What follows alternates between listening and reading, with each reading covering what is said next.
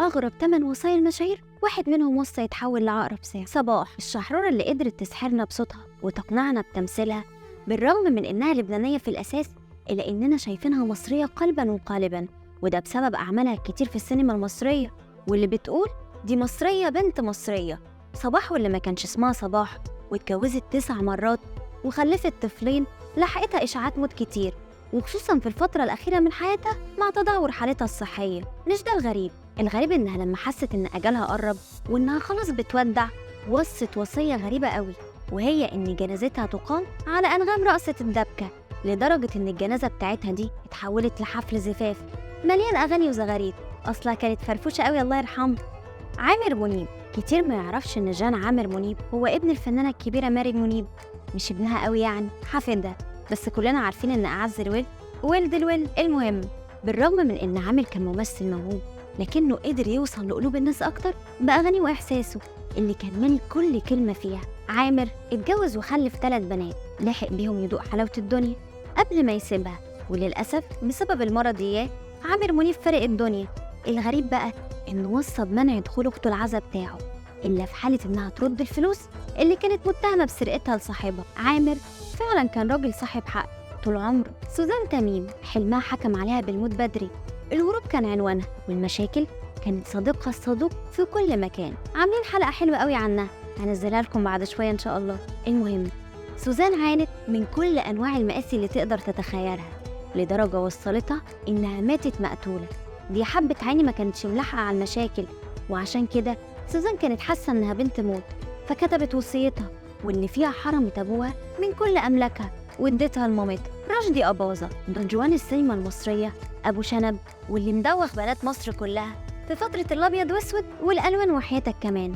بالرغم من إنه اتجوز 5 مرات في حياته، إلا إنه ما خلفش إلا بنت واحدة بس. رشدي في آخر حياته عانى من المرض إياه، وفضل يقاوم لحد ما المرض انتصر عليه في النهاية وخده مننا. ولأن رشدي كان قلبه حاسس، وصى وصية غريبة جدا، وهو إن الناس ترش حنة في قبره قبل ما يموت. ويا ترى ليه اختار الحنة بالذات؟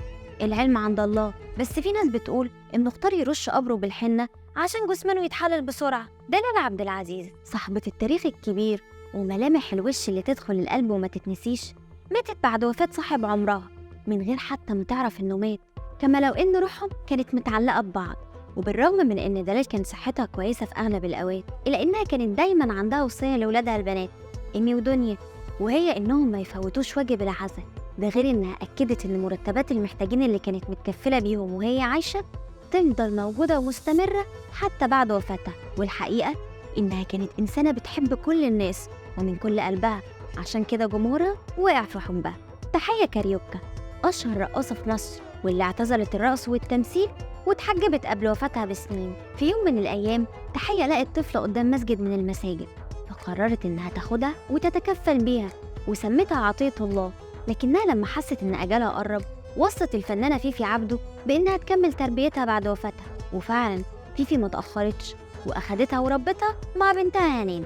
نجيب الريحاني، الضاحك الباكي، وصيته كانت من أغرب الوصايا، لأنه وصى بإنهم يحطوا ليه صورته بشخصية كشكش بيه، الشخصية اللي كانت وش السعادة عليه واللي بدلت أحواله. عشان كده وصى إن صورة شخصية كشكش بيه تندفن جنبه، وفعلا تم تنفيذ الوصية. محمد الفايد، محمد هو رجل أعمال مصري نقدر نقول عليه من أغنى أغنياء مصر. محمد الفايد مات وهو داخل على 100 سنة، اللهم لا حسد يعني. الغريب إنه في سنة 2006 كتب في ذا صن البريطانية وصيته، واللي بتقول إن محمد طلب بعد وفاته يتم تحنيطه وبعد كده يستخدموا جسمه كعقرب من عقارب الساعة العملاقة اللي بتزين فرع متجر هاردوز الرئيسي واللي هو ملكه أصلا. محمد طلب المطلب ده عشان يبقى جزء مهم من متجر هاردوز ويفضل في حركة دايما مع الزمن لسنوات طويلة بعد وفاته. وبعد ما سمعتوا أغرب وصايا المشاهير، يا ترى إيه هي أكتر وصية دهشتكم؟